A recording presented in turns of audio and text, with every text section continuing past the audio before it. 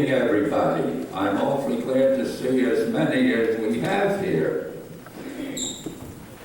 But to start my comments on the history of Mason's Island, I would like to say more than just my adhesive in 1915.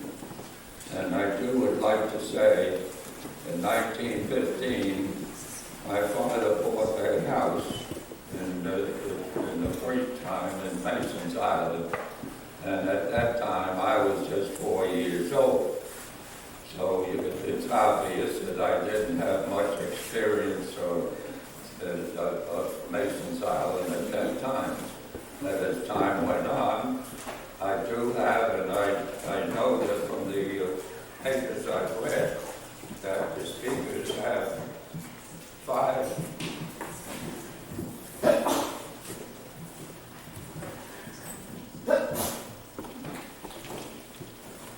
we have 5 minutes to talk, and so that I have made some comments of myself of what I have learned on Mason's Island from the top that I was an adult. And you all hear me all right? Yep. Okay, thank you. I have been asked to make some remarks about life of residents on Mason's Island around 1915. Talk for 5 minutes. You might be interested to know that most of the cottages were used for the summer only. They were not equipped with water, with electricity, or bathrooms. Water came from wells and tanks collecting rain water. Drinking water was purchased. Lights were from kerosene lamps and wall fixtures. There were outhouses for sanitary facilities. No fun to go out in the rain, as you might require. On the north end of the island, there were small dairy farms. During many nights, the cows, and this is something from my own experience, because I was around when the little cows came down and started to spread along the walls of the house.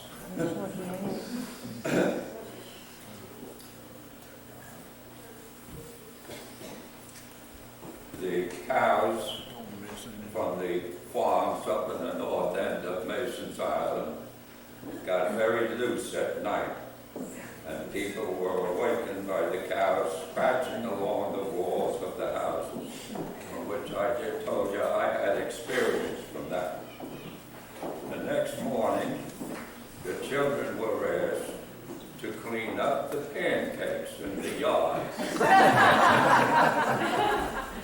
And the father always was accepted and got the children to do what they were asked to do.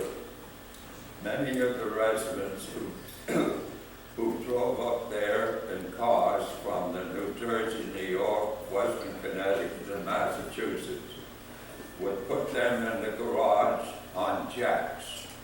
And I know very well that the people around where we lived did the same thing. They returned to their winter homes, the cars that were up on jacks. Most people on the island who had boats used them to shop in Nolank. They also got ice for their ice boxes. Of course, as you realize, nobody had refrigerators at that time because we didn't have any electricity. They were anxious to get home quickly from Nolank with the ice, so the ice wouldn't melt. Another important condition was getting to Nolank by boat without being slowed down because of heavy seawell weed. When it was thick, boats had to go by the channel out